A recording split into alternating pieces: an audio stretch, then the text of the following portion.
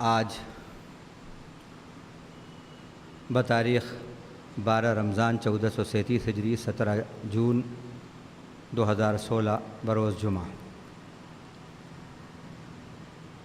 سورہ نحل میں اللہ تعالی اپنے احسانات کا ذکر کر رہا ہے جو اس نے اپنے مختلف احسانات بندوں پر کیے ہیں۔ ان میں سے کچھ احسانات کا ذکر کیا اور احسانات کا ذکر کرنے کے بعد اپنے فضل اور کرم کا ذکر کرنے کے بعد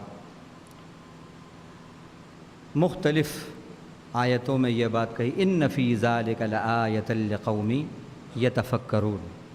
پھر فرمایا کچھ احسانات کا ذکر کرنے کے بعد ان فی ذالک لآیات لقوم یعقلون۔ پھر کچھ احسانات کا ذکر کرنے کے بعد فرمایا ان فی ذالک لآیۃ لقوم یذکرون۔ تو اس سے ہمیں روح معلوم ہوتی ہے کہ اللہ کیا چاہتے ہیں کہ جو ہمارے اطراف میں احسانات ہیں خدا کے جو بکھرے ہوئے ہیں، ہم اللہ کی ان کو نعمتیں سمجھ کر اللہ کے ہم شکر گزار بنیں، ہمارے اندر شکر گزاری آئے، ہم اللہ کے احسانات میں غور و فکر کرنے والے بنیں، اس کی مرضیات میں غور و فکر کرنے والے بنیں، اور ہمارے اندر دینی اور ایمانی شعور پیدا ہو اور نصیحت کا مزاج ہمارے اندر پیدا ہو۔ اللہ یہ چاہتے ہیں۔ یہ 3 آیتیں یذکرون، یعقلون اور یتفکرون کہہ کر اللہ یہ چاہتے ہیں کہ ان نشانیوں اور ان نشانیوں کو دیکھ کر اور ان نعمتوں کے استعمال کے بعد یہ مزاج ہمارے اندر پیدا۔ اب وہ اللہ کے احسانات کیا ہیں؟ جانور چوپائے اللہ کی بڑی نعمت ہے۔ ان کی کھالیں گرمی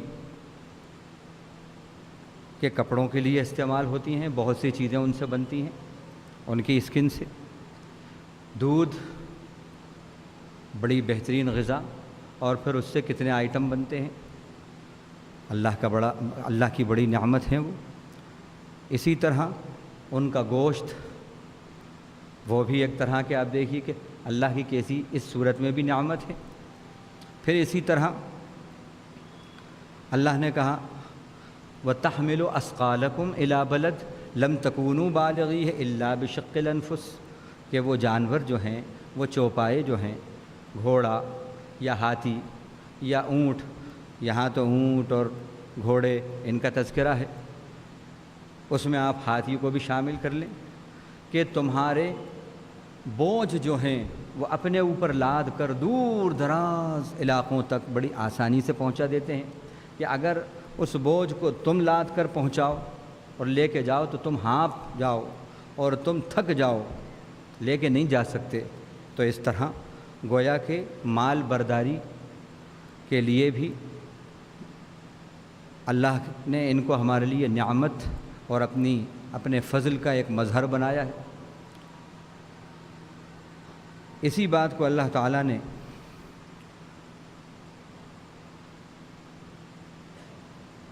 کہنے کے بعد پھر فرمایا ان ربکم لرؤوف الرحیم، بے شک تمہارا پروردگار بہت ہی مہربان ہے اور بڑا نرمی کرنے والا ہے، بڑا نرمی کرنے والا ہے۔ والخیل والبغال والحمیر لترکبوها وزینہ، یہ بھی ایک نعمت بتائی اللہ نے، یہ بھی انعام ہے کہ اس نے گھوڑے پیدا کیے، خچر پیدا کیے تاکہ تم اس پر سواری کرتے ہو، اور پھر اس میں تمہارے لیے حسن بھی ہوتا ہے۔ لاکھ کتنی ہی قیمتی گاڑی ہو لیکن نوشہ تو نوشہ جب ہی لگتا ہے کہ جب وہ گھوڑے پر بیٹھتا ہے، اس وقت لگتا ہے ہاں باقی صاحب یہ نوشہ ہے، اور اس کے مقابلے میں وہ لاکھوں کروڑوں کی گاڑی میں بیٹھے تو وہ شان اس کی نہیں ہوتی جو شان گھوڑے پر نوشہ کی ہوتی ہے۔ اللہ نے اس بات کو کہا لترکبوها وزینہ، اس نے حسن و جمال کی صفت بھی ان کے اندر رکھ دی ہے کہ اس سے تم حسن و جمال بھی حاصل کرتے ہو۔ وَيَخْلُقُ مَا لَا تَعْلَمُونَ، اور ایسی بھی بہت سی اس نے چیزیں پیدا کی ہیں، مخلوقات جو تم جانتے نہیں ہو، یہ تمہارے نفع کے لیے، تمہارے فائدوں کے لیے ہے۔ اسی طرح اللہ تعالیٰ نے چوپایوں سے متعلق خاص طور سے سورہ نحل کے 9ویں رکوع کے اندر فرمایا وَإِنَّ لَكُمْ فِي الْأَنْعَامِ لَعِبْرَةً نُسْقِيكُم مِّمَّا فِي بُطُونِهِ مِن بَيْنِ فَرْثٍ وَدَمٍ لَبَنًا خَالِصًا سَائِغًا لِلشَّارِبِينَ، کہ بے شک تمہارے لیے چوپایوں کے اندر ایک نصیحت ہے، ایک عبرت ہے کہ ہم تم کو پلاتے ہیں، ہم پلاتے ہیں تم کو۔ اللہ نے نسبت اپنی طرف کی، ہم پلاتے ہیں تم کو اس مشروب سے جو نکلتا ہے ان کے پیٹوں سے، اور وہ مشروب درمیان میں ہوتا ہے من بین فرث و دم، گوبر اور خون کے درمیان سے وہ مشروب باہر آتا ہے۔ کس شکل میں باہر آتا ہے؟ لبنن خالصا سائغا للشاربین، خالص اور جلدی حلق میں اترنے والا اور بڑا لذیذ دودھ کی شکل میں۔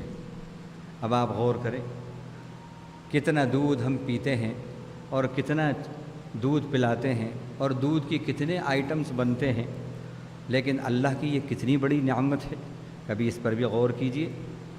اللہ یہی چاہتے ہیں کہ ہمارے اندر لآیۃ لقوم یتفکرون کہا، غور و فکر کا مزاج پیدا ہو، اللہ کی نعمتوں میں نصیحت کا مزاج پیدا ہو، لعلہم یتذکرون لقوم یتذکرون ان فی ذلک لآیات لقوم یعقلون، ہمارے اندر شعور پیدا ہو کہ یہ نعمت میرے رب کی ہے، رب نے کیسی نعمت مجھے عطا کی ہے۔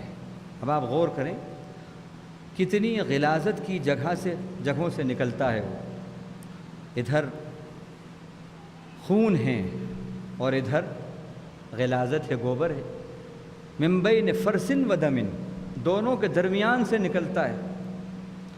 کیا لذیذ مشروب، کیسی اس کی صورت، صاف اور شفاف سفید، یہ مثال دی جاتی ہے دودھ جیسی سفیدی، ہاں صاحب، نرما سے آئے، یہ آج سے 10 سال پرانا اشتہار تھا، تو اس کی مثال دی جاتی ہے۔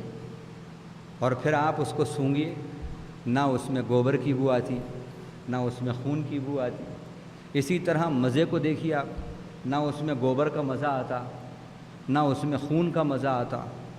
کبھی اس پر بھی غور کیا کہ کیسا رحیم ہے، کیسا کریم ہے، کیسا منعم ہے وہ پروردگار، کیسا رب العالمین ہے وہ پروردگار، کیسا مشروب اس نے عطا کیا ہے، کیسا مشروب عطا کیا۔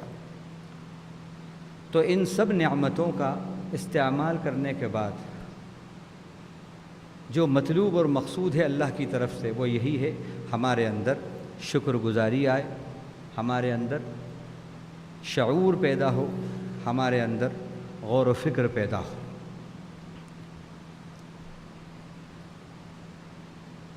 اسی طرح اللہ کے احسانات میں سے اس احسان کا بھی اللہ نے ذکر کیا کہ وَهُوَ الَّذِي سَخَّرَ الْبَحْرَ لِتَأْكُلُوا مِنْهُ لَحْمًا طَرِيًّا وَتَسْتَخْرِجُوا مِنْهُ حِلْيَةً تَلْبَسُونَهَا وَتَرَى الْفُلْكَ مَوَاخِرَ فِيهِ وَلِتَبْتَغُوا مِنْ فَضْلِهِ وَلَعَلَّكُمْ تَشْكُرُونَ، وہی ہے جس نے تمہارے لیے سمندر کو، دریا کو، بڑے دریا کو بھی بحر بولتے ہیں اور سمندر کو بھی بحر بولتے ہیں عربی میں، کہ مرج البحرین یلتقیان بینہما برزخ لا یبغیان، کہ وہی ہے جس نے تمہارے لیے دریا یا سمندر کو مسخر کر دیا،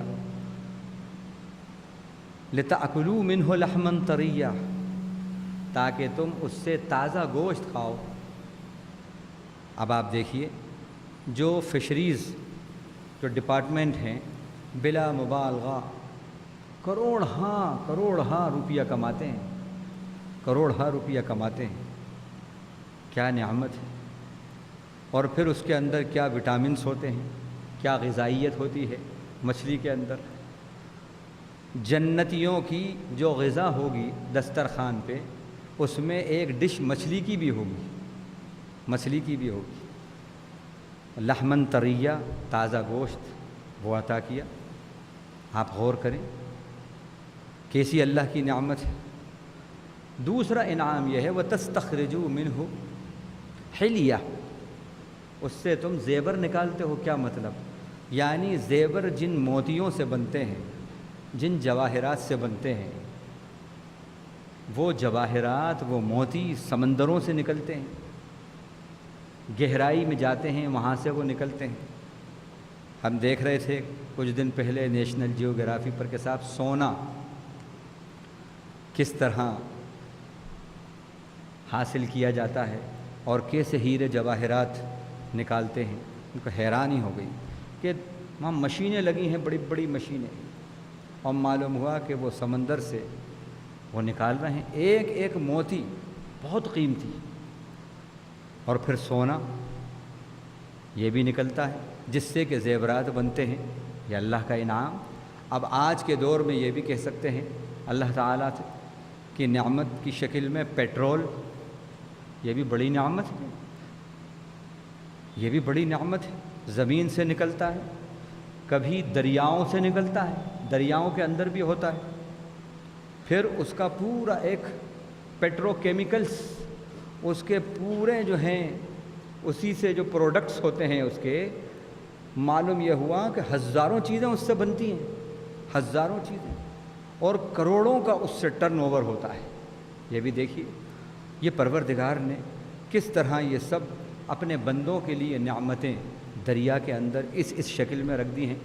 لِتَأْكُلُوا مِنْهُ لَحْمًا طَرِيًّا وَتَسْتَخْرِجُوا مِنْهُ حِلْيَةً تَلْبَسُونَهَا وَتَرَى الْفُلْكَ مَوَاخِرَ فِيهِ، اور پھر تم دیکھتے ہو کہ کشتیاں دریاؤں کو چیر کر چلتی ہیں۔ یہ بھی تو اللہ تعالیٰ نے انسان کے دماغ میں ڈالی کہ ایسا بناؤ، ایسا کرو، ایسا کرو، کیسی کشتیاں بنائیں۔ جب معلوم ہوا کہ مہینوں سالوں دریاؤں میں ہی رہتی ہیں وہ، کیسی اللہ کی نعمت ہے۔ یہ سب کائے کے لیے لِتَبْتَغُوا مِنْ فَضْلِهِ، تاکہ تم اس کا فضل تلاش کرو۔ فضل سے مراد روزگار بھی ہے، اور فضل سے مراد اس کا کرم بھی ہے۔ وَلَعَلَّكُمْ تَشْكُرُونَ، اس کا فضل تلاش کرو، روزی تلاش کرو۔ کروڑ ہاں روپیے کا، جیسے میں نے کہا ملین اور بلین ڈالرز حاصل ہوتے ہیں۔ اللہ تعالیٰ نے یہ بات کہی کہ لِتَبْتَغُوا مِنْ فَضْلِهِ میں، اور دوسری بات کہی لَعَلَّكُمْ تَشْكُرُونَ، تاکہ تم اپنے پروردگار کا شکر ادا کرو۔ تو ہمارے اندر شکر کا مزاج، تفکر اور غور و فکر کا مزاج، اور اللہ کی نعمتوں میں منعم کو پہچاننے کا، اس کی معرفت کا مزاج پیدا ہو جائے۔ یہ اللہ چاہتے ہیں اپنی ان نعمتوں کا ذکر کر کے۔ اللہ کرے کہ یہ ساری صفات ہمارے اندر آ جائیں۔ اس کے بعد اب اللہ تعالیٰ کا پھر علم کی ایک بات آئی، فرمایا لا جرم ان اللہ یعلم ما یسرون وما یعلنون انہ لا یحب المستکبرین۔ یقیناً اللہ کا علم ایسا علم ہے کہ وہ جانتا ہے جو بھی لوگ چھپا رہے ہیں۔ دنیا والا دنیا والے سے چھپا سکتا ہے، لیکن آسمان والے سے کچھ چیز نہیں چھپا سکتا، کوئی چیز نہیں چھپ سکتی۔ کل اس پر تفصیل سے بات آپ کے سامنے آئی تھی۔ وہ جو کچھ بھی چھپاتے ہیں اللہ ان کو بھی جانتا ہے، اور جو ظاہر کرتے ہیں اللہ ان کو بھی جانتا ہے۔ اس پر کل تفصیل سے بات آئی تھی۔ اس میں جو بات دوسری آئی ہے وہ یہ انہ لا یحب المستکبرین، بے شک وہ جو گھمنڈی لوگ ہیں، تکبر کرنے والے ہیں، ان کو پسند نہیں کرتا۔ اللہ کو متکبر لوگ پسند نہیں ہیں، اللہ کو گھمنڈی لوگ پسند نہیں ہیں۔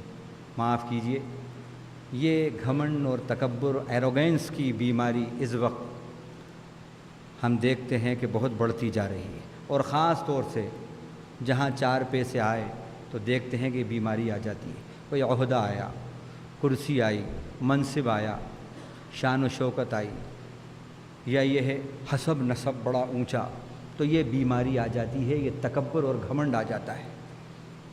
اللہ کو پسند نہیں ہے۔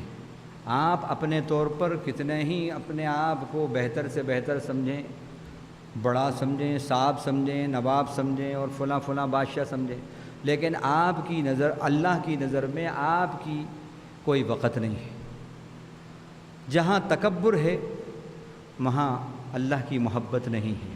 تو اپنی زندگی کو، اپنے کیریکٹر کو تکبر سے پاک کیجیے۔ اگر چاہتے ہیں کہ اللہ کی محبتیں آپ کی طرف متوجہ ہوں، اللہ کی رحمتیں متوجہ ہوں، تو بس تکبر کو اپنے کردار سے نکالیے۔ کیوں؟ اس لیے کہ کبر تو صرف اللہ کی شان ہے۔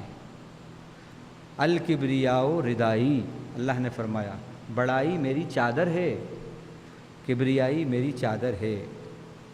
مجھ سے جو میری چادر چھینے گا میں جنگ کا اعلان کروں گا۔ اب تکبر کی ہر بار تعریف کرتے ہیں، پھر سن لیجئے جو تعریف خود اللہ کے نبی صلی اللہ علیہ وسلم نے بتائی۔ ایک صحابی آئے، آپ نے ان کے سامنے، اور بھی دیگر لوگ تھے، ان کے سامنے فرمایا کہ لا يدخل الجنت من کان فی قلبہ مثقال خردل من الکبر، جنت میں وہ شخص داخل نہیں ہوگا جس کے دل میں رائی کے برابر بھی کبر ہوگا، تکبر ہوگا۔ اور ایک دوسری حدیث میں آتا ہے کہ جنت میں وہ شخص داخل نہیں ہوگا بلکہ جنت کی خوشبو بھی نہیں سونگے گا وہ شخص۔ دوسری حدیث میں یہ الفاظ ہیں، جنت کی خوشبو بھی نہیں سونگے گا وہ شخص جس کے دل میں تکبر ہے۔ معلوم ہوا اتنی خطرناک یہ بیماری ہے کہ جنت چھین لیتی ہے، جنت چھین لیتی ہے۔ ایک صحابی جو ہیں گھبرا گئے، انہوں نے کہا اللہ کے نبی، کیا اچھا لباس پہننا، نیا لباس پہننا، نیا جوتا پہننا، کیا یہ بھی اللہ کے نبی تکبر میں آتا ہے؟ تو آپ نے فرمایا نہیں، یہ تو اللہ کی دی ہوئی نعمتیں ہیں، اللہ چاہتے ہیں کہ اس کو اپنے بندوں پر دیکھیں کہ بندے استعمال کریں۔ قل من حرم زینۃ اللہ التی اخرج لعبادہ والطیبات من الرزق، شکر کے ساتھ استعمال کریں، اللہ کی دی ہوئی نعمتیں ہیں۔ تو پھر تکبر کیا ہے؟ آپ نے فرمایا الکبر بطر الحق وغمط الناس، تکبر حق کا، سچ کا انکار کرنا اور لوگوں کو حقیر سمجھنا، کمتر سمجھنا، اپنے آپ کو برتر سمجھنا، لوگوں کو کمتر سمجھنا، اپنے آپ کو سپیریئر سمجھنا، لوگوں کو انفیریئر سمجھنا، یہ تکبر کی تعریف اللہ کے نبی نے فرمائی۔ اب آپ دیکھیے، یہ ایک کسوٹی، ایک کرائیٹیرین ہمیں دیا ہے، اس پر آپ اپنے آپ کو پرکھیے کہ اگر آپ کی زندگی کے اندر سچ کو ایکسیپٹ کرنے کا مزاج ہے، حق کو قبول کرنے کا مزاج ہے، اور اپنے آپ کو آپ بہت سپیریئر نہیں سمجھ رہے اور اپنے سے کمتر لوگوں کو نہیں سمجھ رہے، تو اس بات کی علامت ہے کہ آپ میں تکبر نہیں ہے۔ لیکن اگر خدا نخواستہ آپ کے مزاج میں سچ کا، حق کا انکار ہے، سچ کا انکار ہے، حق کا انکار ہے، اور آپ اپنے آپ کو سب سے برتر سمجھ رہے ہیں، میرا گھر سب سے بہتر، میری ڈگری سب سے بہتر، میرا علم سب سے بہتر، میری عقل سب سے بہتر، میرا عہدہ سب سے اونچا، میرا خاندان حسب نسب سب سے اونچا، لہذا سب مجھے سلامی دیں، میں کسی کو سلام میں پہل نہیں کروں گا۔ اگر یہ مزاج آپ کا ہے تو آپ کتنے ہی بڑے ہوں لوگوں کی نظر میں، لیکن خدا کی نظر میں آپ متکبر ہیں، اور اللہ آپ سے محبت نہیں کرتی، محبت نہیں کرتی۔ اللہ تعالیٰ نے ایک دوسری جگہ فرمایا ان الذين كذبوا بآياتنا واستكبروا عنها لا تفتح لهم ابواب السماء ولا يدخلون الجنة حتى يلج الجمل في سم الخياط وكذلك نجزي المجرمين۔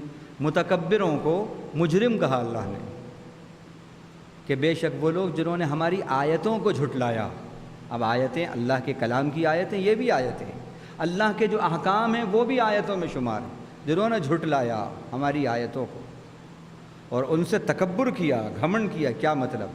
اللہ کے احکام کو ماننے میں چھوٹے اپنے آپ کو آپ سمجھ رہے ہیں۔ اگر ہم نے یہ مانا تو ہمارا نقصان ہو جائے گا، اگر ہم نے یہ مانا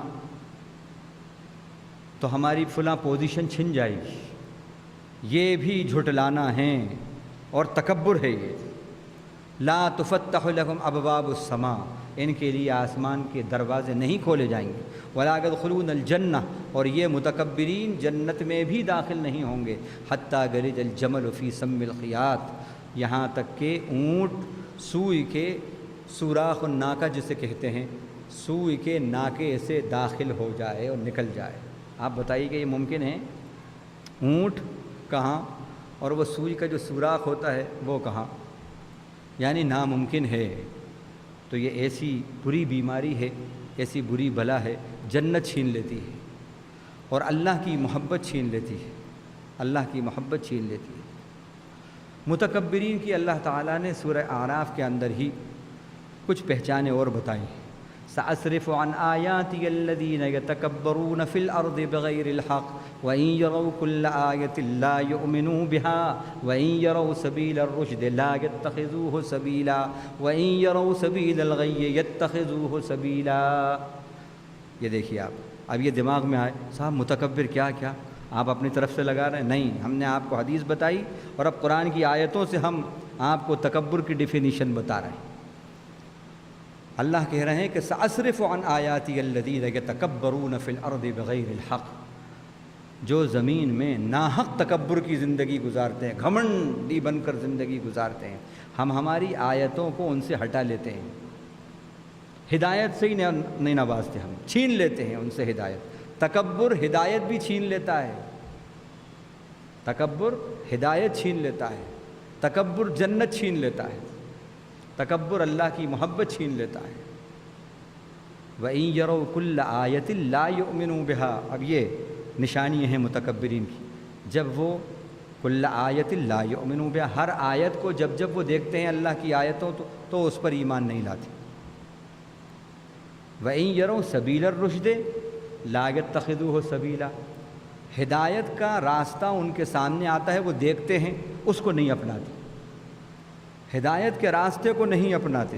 وَإِن يَرَوْا سَبِيلَ الْغَيِّ يَتَّخِذُوهُ سَبِيلًا، اور گمراہی کا کوئی راستہ سامنے آیا فوراً اس کو انہوں نے ایڈاپٹ کر لیا، فوراً اس کو لے لیا۔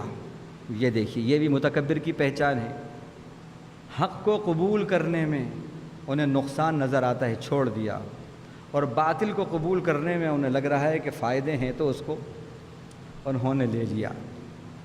حق سے انحراف اور گمراہی سے پیار، گمراہی سے قربت، یہ بھی متکبر کی علامت ہے، یہ بھی متکبر کی علامت ہے۔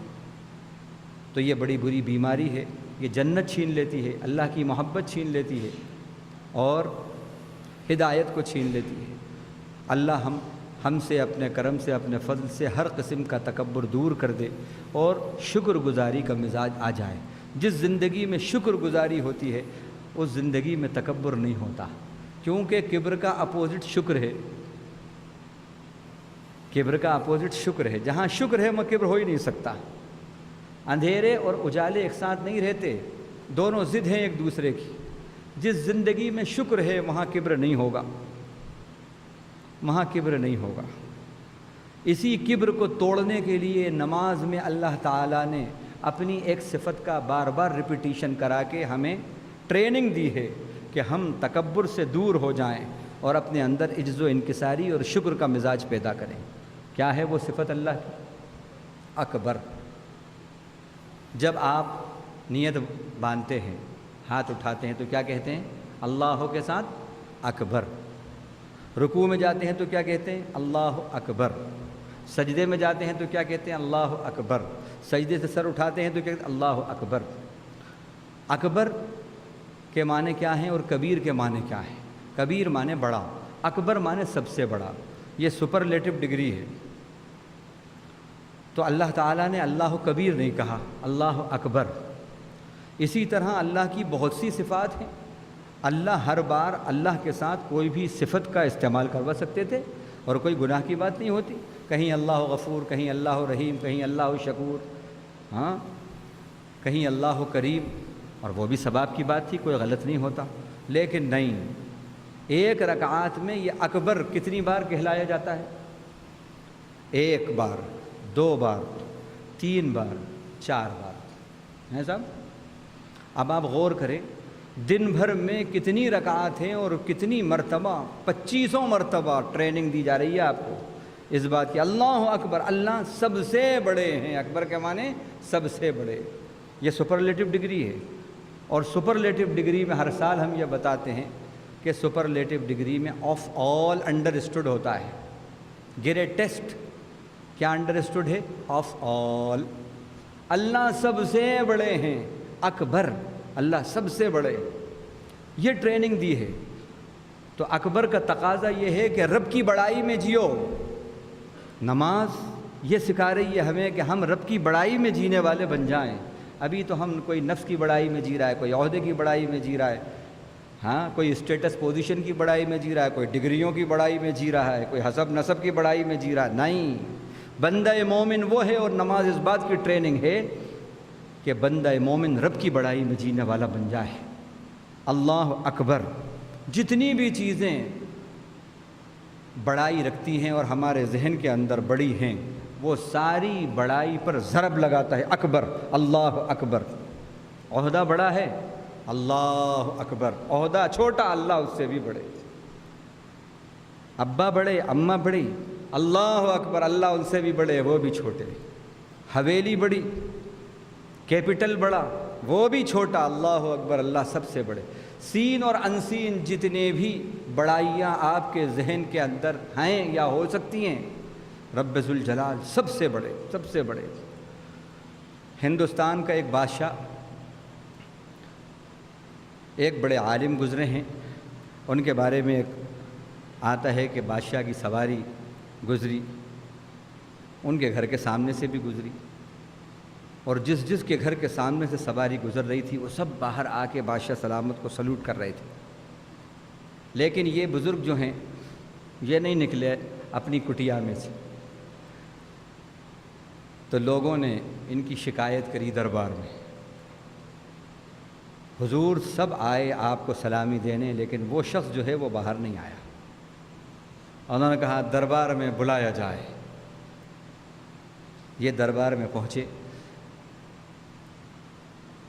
تو ان کا بیٹا بھی ان کے ساتھ ہو گیا، چھوٹا، وہ بھی ساتھ ہو گیا. یہ جب دربار میں گئے تو وہ بچہ جو ہے جو پہلی بار ان کے ساتھ گیا، اب بادشاہ کا شاہی دربار ہے، وہ دیکھ رہا ہے، اوہ ہیرے جواہرات، کیا کس طرح کا آرائش ہے اور کس طرح کا یہ محل ہے. تو وہ بچہ جو ہے محل کے حسن و جمال دیکھنے میں جو ہے گم ہو گیا. انہوں نے دیکھا تو اسی وقت انہوں نے کہا، او بیٹے یہ کیا دیکھ رہا ہے؟ یہ کچھ نہیں ہے، اللہ اکبر، اللہ سب سے بڑے ہیں. یہ کچھ نہیں ہے، کیا ہے یہ؟ کیا ہے؟ کچھ نہیں ہے. وہ کہتے ہیں صاحبزادے کہ ابا جان نے جو اکبر اس موقع پر مجھ سے کہا اور بتایا کہ اللہ سب سے بڑے ہیں، ایسی دل و دماغ کے اندر اللہ کی بڑائی بیٹھی کہ اب 1000 بادشاہتیں بھی اپنے پورے جاہ و جلال کے ساتھ بھی میرے سامنے آ جائیں تو معلوم ہوتا ہے ہیچ ہیں. یہ ہے اکبر کا تقاضا.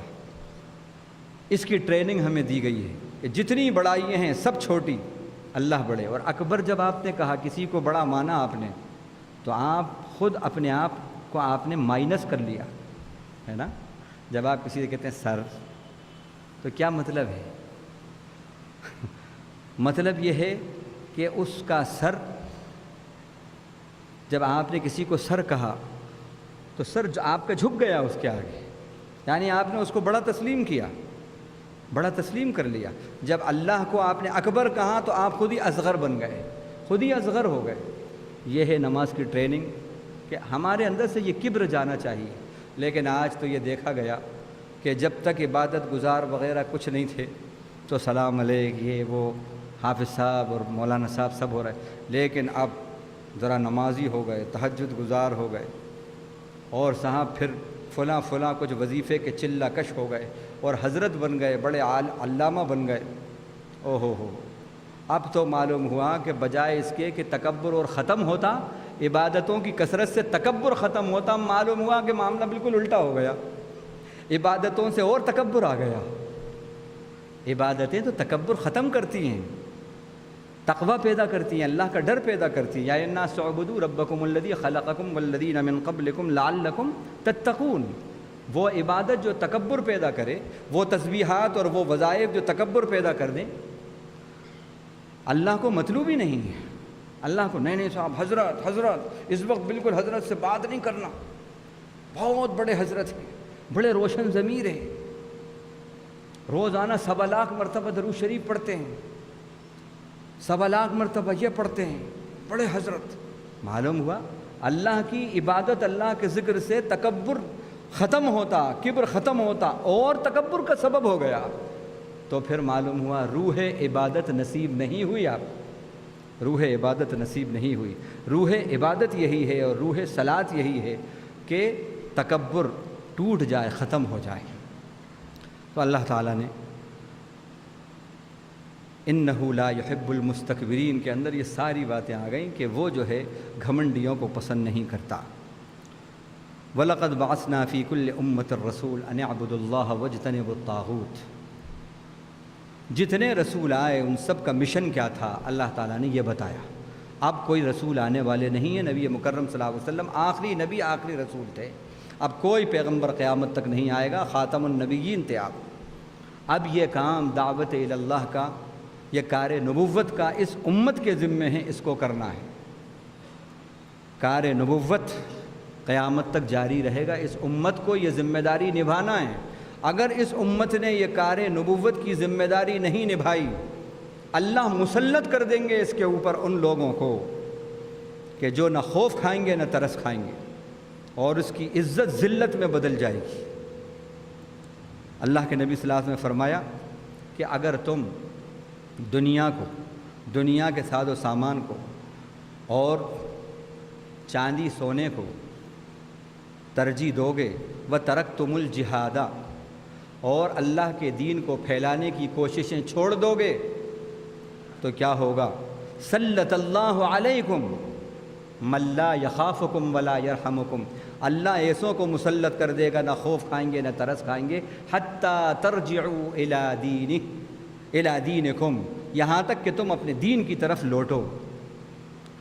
تو دعوت اللہ کی طرف رجوع کرنا، دین کی طرف رجوع کرنا اور یہ کار نبوت کرنا، اب یہ اس امت کا کام ہے۔ اسی کام میں اللہ تعالیٰ نے اس امت کی سیفٹی، سیکورٹی، پروٹیکشن، دفاع سب رکھا ہے۔ ان اللہ، فرمایا کہ یأمر بالعدل والاحسان وایتاء ذی القربى وینہی عن الفحشاء والمنکر والبغی یعظکم لعلکم تذکرون۔ نہیں ہاں، یا ایھا الرسول بلغ ما انزل الیک من ربک وان لم تفعل فما بلغت رسالتہ واللہ یعصمک من الناس۔ اے رسول، جو آپ تک ہم نے پیغام پہنچایا ہے اس پیغام کو لوگوں تک پہنچا دیجیے۔ جو اتارا گیا ہے آپ کی طرف یعنی قرآن، اس پیغام کو پہنچائیے۔ وَإِن لَّمْ تَفْعَلْ فَمَا بَلَّغْتَ رِسَالَتَهُ، اگر آپ نے ایسا نہیں کیا تو آپ نے رسالت، اس کا جو پیغام ہے وہ نہیں پہنچایا۔ وَاللَّهُ يَعْصِمُكَ مِنَ النَّاسِ، اللہ لوگوں سے آپ کی حفاظت کریں گے۔ علماء نے لکھا ہے اس میں 2 باتیں ہیں۔ یہ فرمایا کہ اگر اس پیغام کو، قرآن کے پیغام کو عام نہیں کیا، نہیں پہنچایا تو گویا حق رسالت ہی ادا نہیں کیا آپ نے۔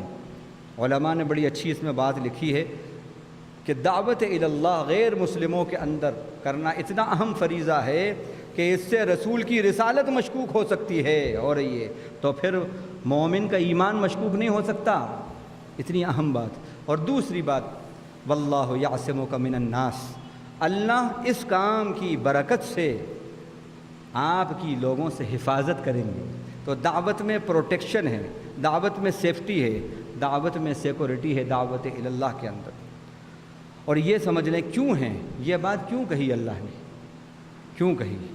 اس لیے کہ اس دعوت اللہ کے ذریعے آپ حقیقی معنی میں محسن بنتے ہیں اللہ کی۔ حقیقی معنی میں آپ محسن ہیں، بڑے محسن۔ اللہ نے فرمایا لا تلقوا بأیدیکم الی التہلکہ واحسنوا ان اللہ یحب المحسنین۔ تم اپنے ہاتھوں اپنے آپ کو ہلاکت میں نہ ڈالو اور احسان کرو، بے شک اللہ احسان کرنے والوں کو پسند کرتا ہے۔ حضرت ابو ایوب انصاری رضی اللہ عنہ اس آیت کی تشریح میں فرماتے ہیں، اس سے پہلے بھی ہم نے آپ کو بتایا تھا کہ یہ آیت ہمارے بارے میں، انصار کے بارے میں اتری ہے۔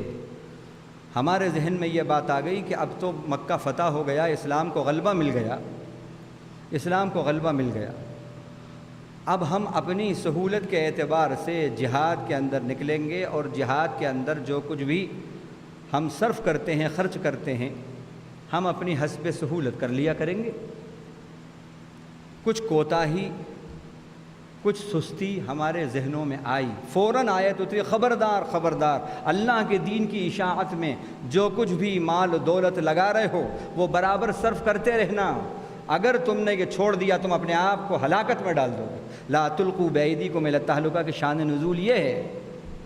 اور پھر فرمایا اس کے بعد وَأَحْسِنُوا، احسان کرو۔ دیکھیے داعی جو ہوتا ہے وہ محسن ہوتا ہے، دعوت الی اللہ کا کام احسان کا کام ہے، اور داعی جو ہے یہ محسن ہے، محسن ہے۔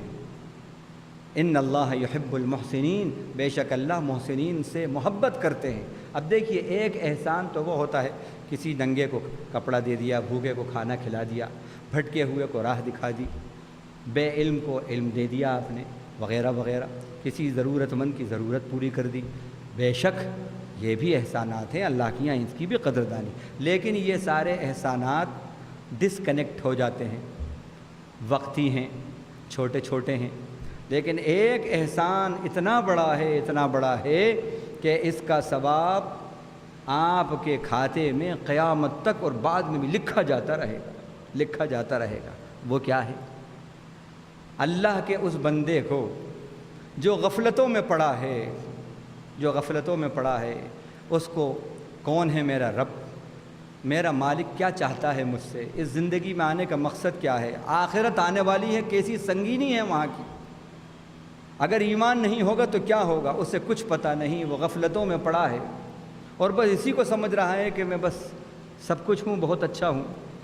اس کی غفلتیں آپ دور کر دیجئے، اس کو آپ جنت دے دیجئے، اس کو ایمان کی طرف لائیے، جنت کی طرف لائیے اور جنت دے دیجئے آپ اس کو۔ یہ سب سے بڑا احسان ہے آپ کا۔ کسی کے جہنم کو جنت سے تبدیل کر دیا آپ نے، کسی کی بے ایمانی کو ایمان سے تبدیل کر دیا، اور ایک آپ کے ذریعے ایمان لایا، اب چراغ سے چراغ جلتا ہے، چراغ سے چراغ جلتا ہے۔ اب جتنے اس کے خاندان کے اندر آئیں گے، جتنے ایمان والے آئیں گے، سب کا ثواب آپ کے احسان کو جائے گا۔ تو یہ احسان بڑا احسان ہے۔ تو داعی محسن اعظم ہوتا ہے، محسن اعظم ہوتا ہے، نبیوں کا یہ کام ہے۔ اللہ نے فرمایا اس آیت میں وَلَقَدْ بَعَثْنَا فِي كُلِّ أُمَّةٍ رَسُولٍ أَنِ اعْبُدُوا اللَّهَ وَاجْتَنِبُوا الطَّاغُوتَ، ہم نے ہر امت کے اندر رسول بھیجے، اور سب کا مطلوب اور مقصود کیا تھا ان کی بعثت کا؟ اعبدوا اللہ، یہی ان کا سلوگن، یہی پیغام، اللہ کی عبادت کرو، وَاجْتَنِبُوا الطَّاغُوتَ، اور شیطان سے بچو یا گمراہ اماموں سے بچو۔ یہ ساری باتیں طاغوت کے اندر علماء نے لکھی ہیں۔ تو یہ نبی کا مشن ہے، جتنے نبی آئے ہیں سب کا مشن یہی ہے کہ بندے کو خدا سے جوڑ دیجئے، بندے کو خدا سے جوڑ دیجئے۔ ابھی بندہ بندے سے جڑا ہوا ہے، خدائی خدائی سے جڑی ہوئی ہے، اسی لیے دنیا کے اندر شر اور فساد برپا ہو رہے ہیں۔ جس دن بندہ خدا سے جڑ گیا سارے فساد، سارے شر ختم ہو جائیں گے۔ اللہ تعالی ہمیں اس کار نبوت کو اپنانے والا بنائے، اور جو کچھ ہم نے سنا ہے اللہ کی نعمتیں، اللہ کے انعامات، ان کی معرفت اللہ ہمیں دے، اور ہمارے اندر شکر گزاری دے اللہ، ہمارے اندر شعور دے اللہ، ہمارے اندر اپنے کلام کی آیتوں میں تدبر اور غور و فکر کرنے کا مزاج دے، اور ہماری عبادتوں کو، تلاوتوں کو، نمازوں کو، روزوں کو، تراویح کو محض اپنے لطف و کرم سے قبول فرمائے، اور اس محفل کو ہمارے لیے ذریعہ نجات اور ذریعہ بخشش بنائے۔ وآخر دعوانا الحمدللہ۔